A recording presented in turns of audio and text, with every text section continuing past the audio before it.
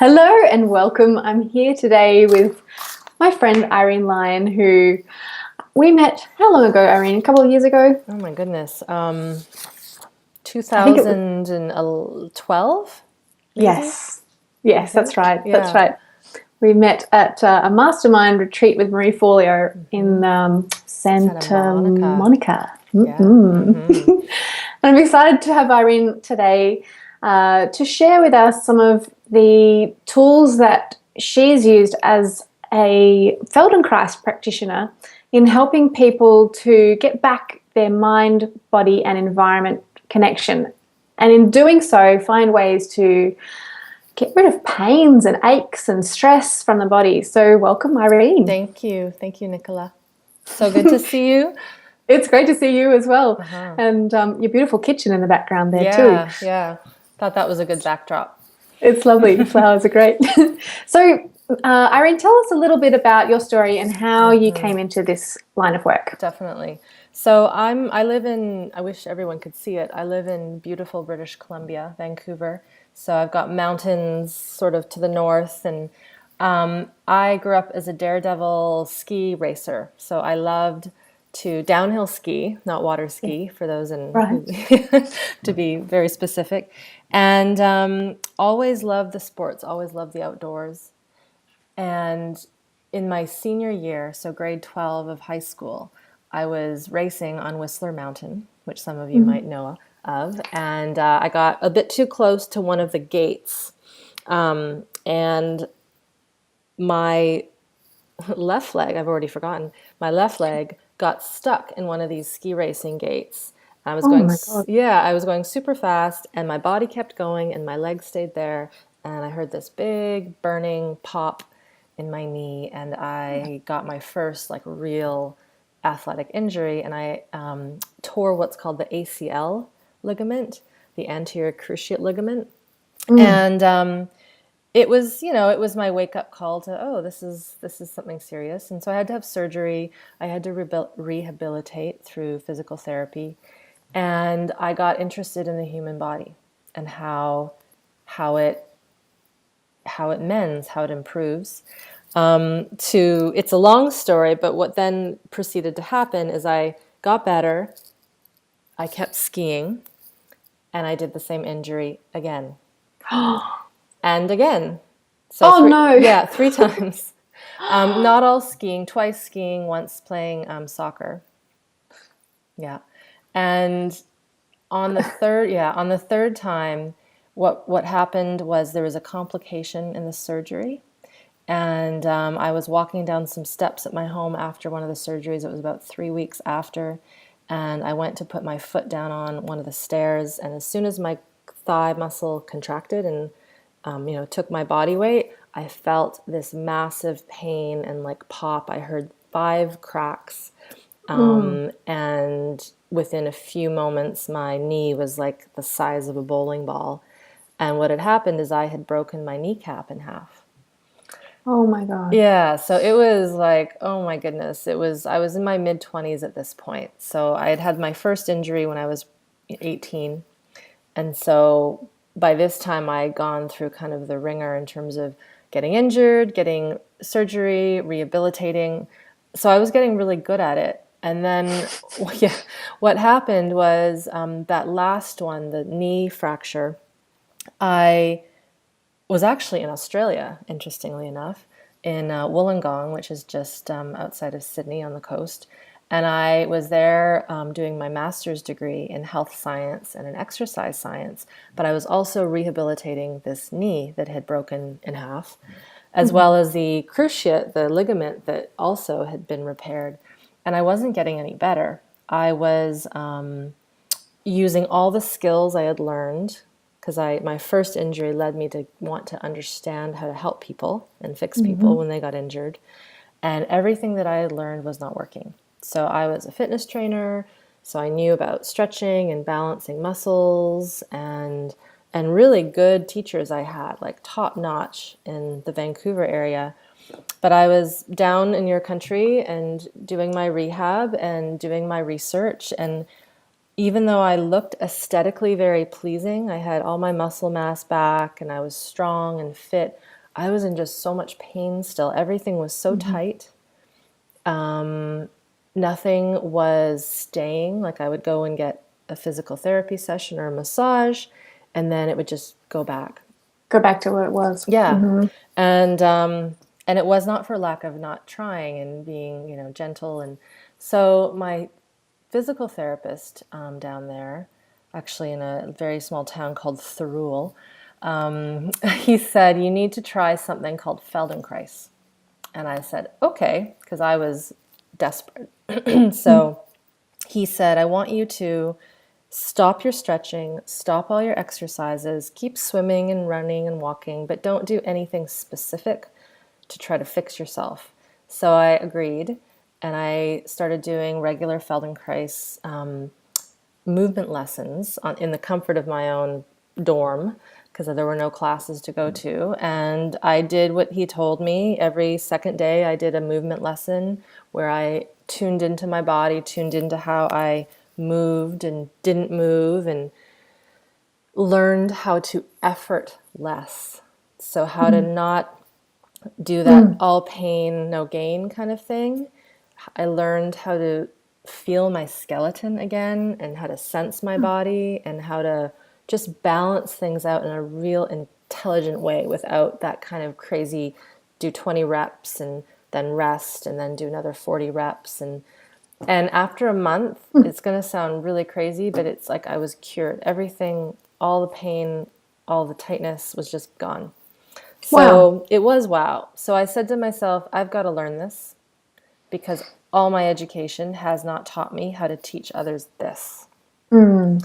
So that was the Mm. Feldenkrais component. And then I returned back to Canada and started working, started learning the Feldenkrais work, loved it, made my body even more able to move and more, I mean, it was Mm. just incredible. And then I started my practice and I started to realize that there were some people that still weren't getting benefit from even this amazing work.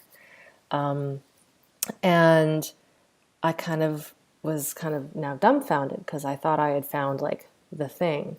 Yes, And as we do. yes. And of course, that was a bit of a slap across the face. And it was like, no, no, Mm. no, little one, you're not done yet. And what I found is that a lot of the people that weren't getting better had come in with some pretty serious trauma. So, Mhm. accidents, whether it was impact or car accidents or forms of physical abuse, sexual abuse, where they have a very strong history of being in a highly stressed or shocked or Mm. accumulated stressed state. And it's like their bodies couldn't sense, they couldn't feel, even though I was being gentle and inviting. It's like there was this whole part of them that wasn't turned on or Mm. was turned on too much. And then I kind of went, okay, I've got to learn what's going on in the physiology. And what I came across was another form of work called somatic experiencing. And that's the work of Peter Levine, who's an American. And oh, and just to be clear, Feldenkrais is named after a person too. So it was a person named Moshe Feldenkrais, and he's long passed away. But Wow. Peter, who developed the somatic experiencing work, is still alive and well, living in California. So Mm. his work showed me the piece that was missing. And this was in 2008. Mm. And that was that humans get really, really good at trapping stress in their body. I'm Yeah. sure you understand that. Yeah. So we all We do. get so accustomed to just pushing forward, and we have to keep Exactly. going. And mm. Exactly. So he really taught me, and I can say he because I've had the pleasure of mentoring with him and assisting him in his trainings. But what his model and his work really brings us back to realize is that we have humans have this sneaky way of not allowing our stress response to complete. Mm-hmm. So, whereas an animal in the wild, if they're being, say, chased by another wild animal, because that's what they do out there, they either get away and they go back to their daily life of grazing. They don't go back to their tribe or their pack at the end of the day and say, "Oh my God, there was this cheetah that was chasing Chasing me, me. and holy shit, and now I think I need a glass of wine, and I might need to go for a hard run, and I need a massage. Can you massage these leg muscles that are?" They don't do that. They run it off and they Mm. shake it off Yeah. at the end, and it's gone. Mm. But humans, or they get eaten, right? Or Right. right. So Right. it's pretty simple out there. So Mm. they take stress in, because that's a stress, being chased by another animal, and they deal with it in a way that the biology wants.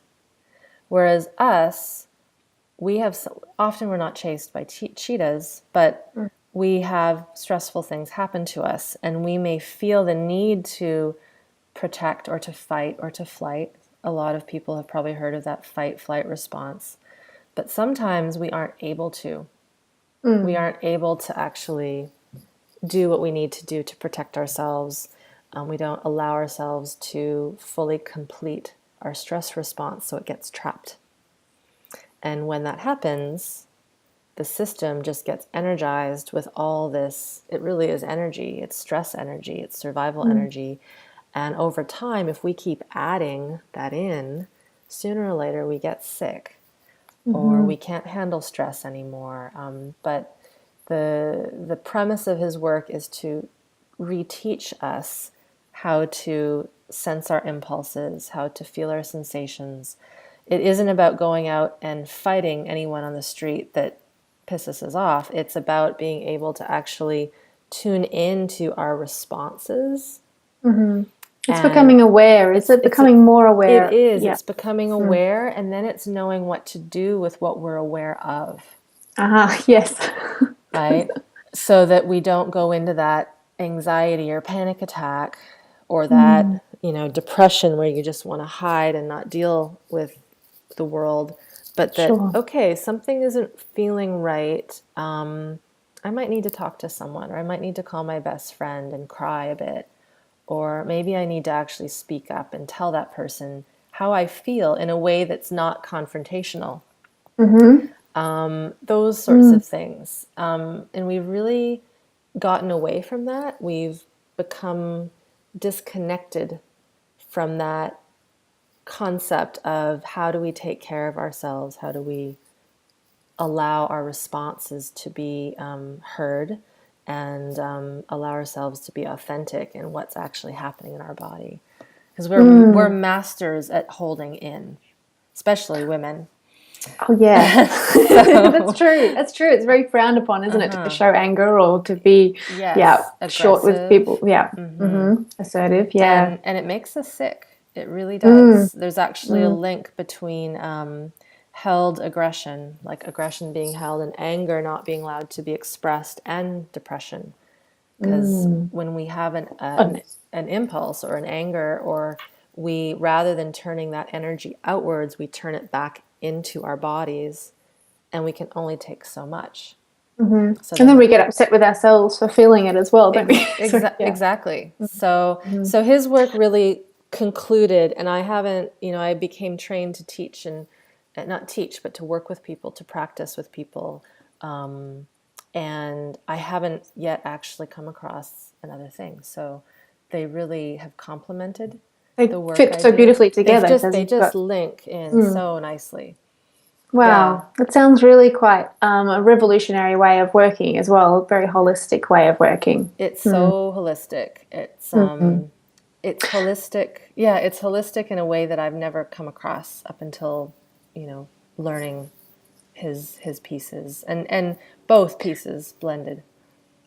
beautifully together. Yeah. I remember when I first met you, I thought I met you and I met your husband as well. And Seth was telling me how you'd helped heal his lower back pain. Yeah. And I was like, how? How did you do that? Yeah. And he's like, well, just from learning to like become aware of my body and stand a little bit differently and bend my knees. And I'm like, what? I want to know more. So tell us a little bit, if there was a system or there was some steps that we could become aware of, what would they be? Yep. So there's lots, but if I, give you a few little nuggets. Little nuggets, One of them, if we think of just the body and the body posture, right? We have this tendency to follow posture. I call them rules. So, you probably know some of them: shoulders back, stomach in, chest up, chin in. And then you do that. If you were to actually hold that, you're not comfortable. It's strained. It's excessive energy being used.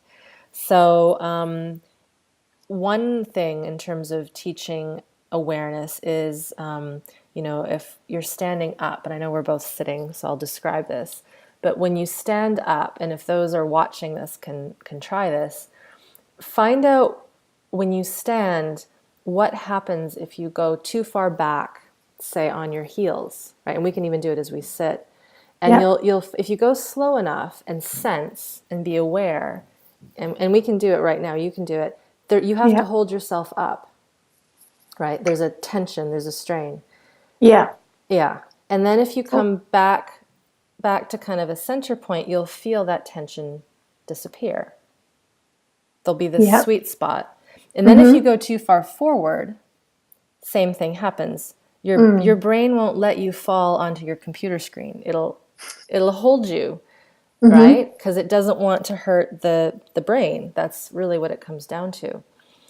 So if you imagine standing and swaying a little bit back and forth, and then finding the point of standing in which there's the least amount of effort. Right. I love this. And this is a smaller snippet, but even just that bit, a lot of people will find that they tend to live either too far back on their heels or too far forward on the feet.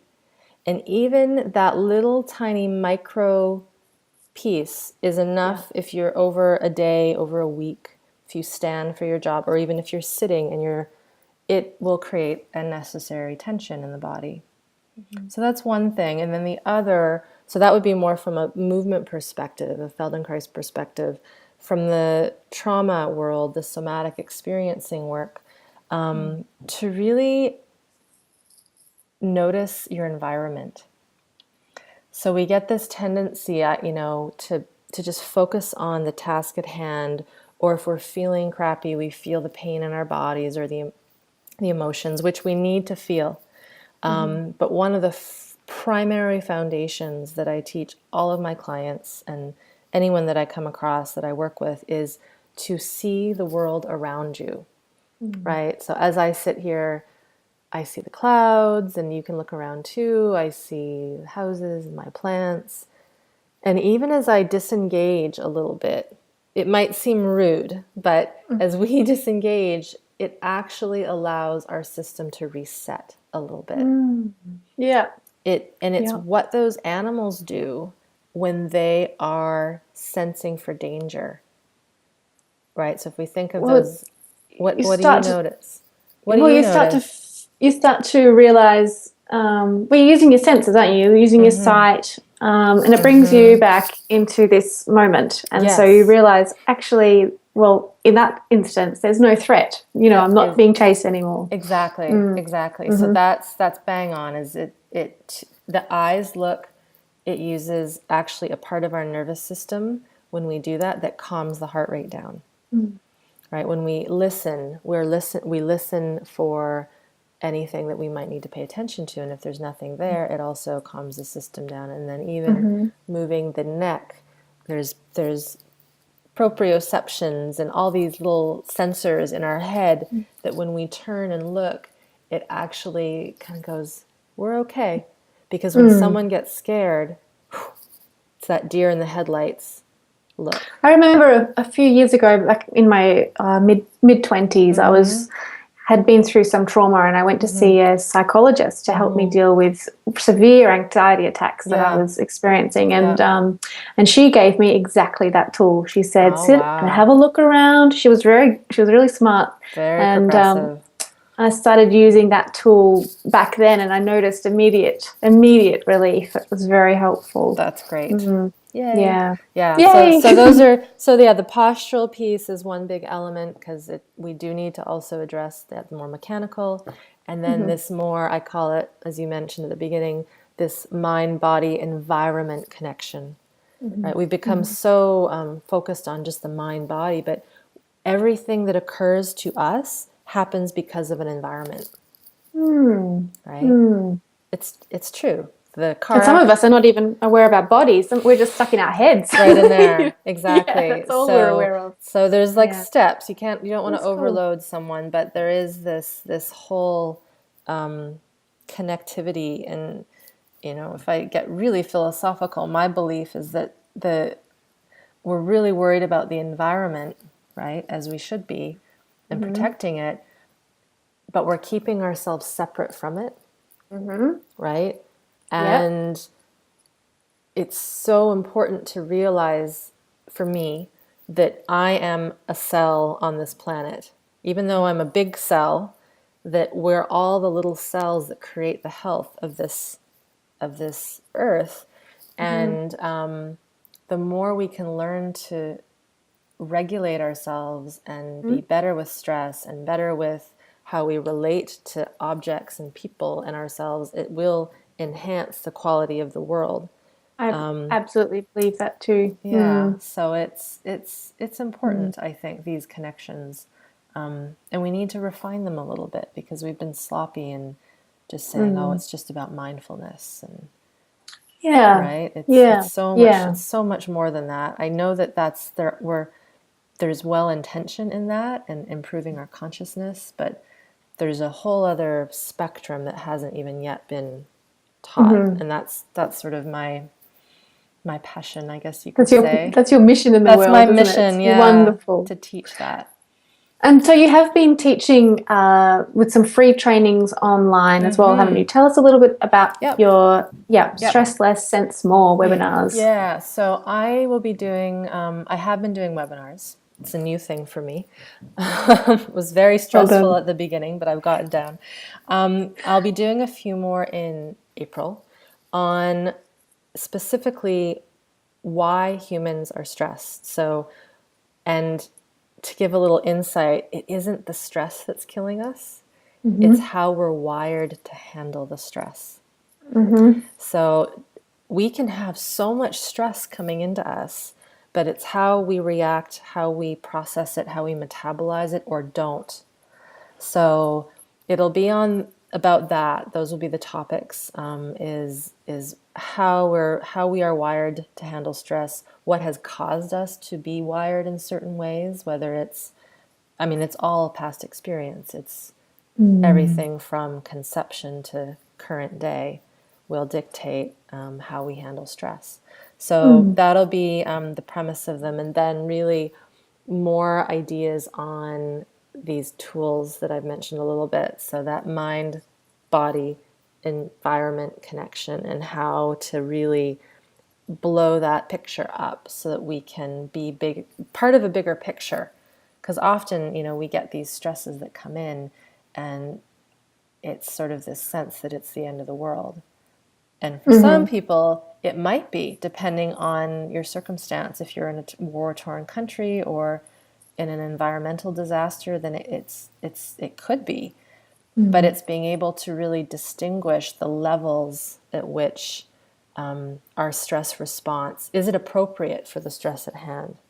So the webinars will be very much on that topic. They're free.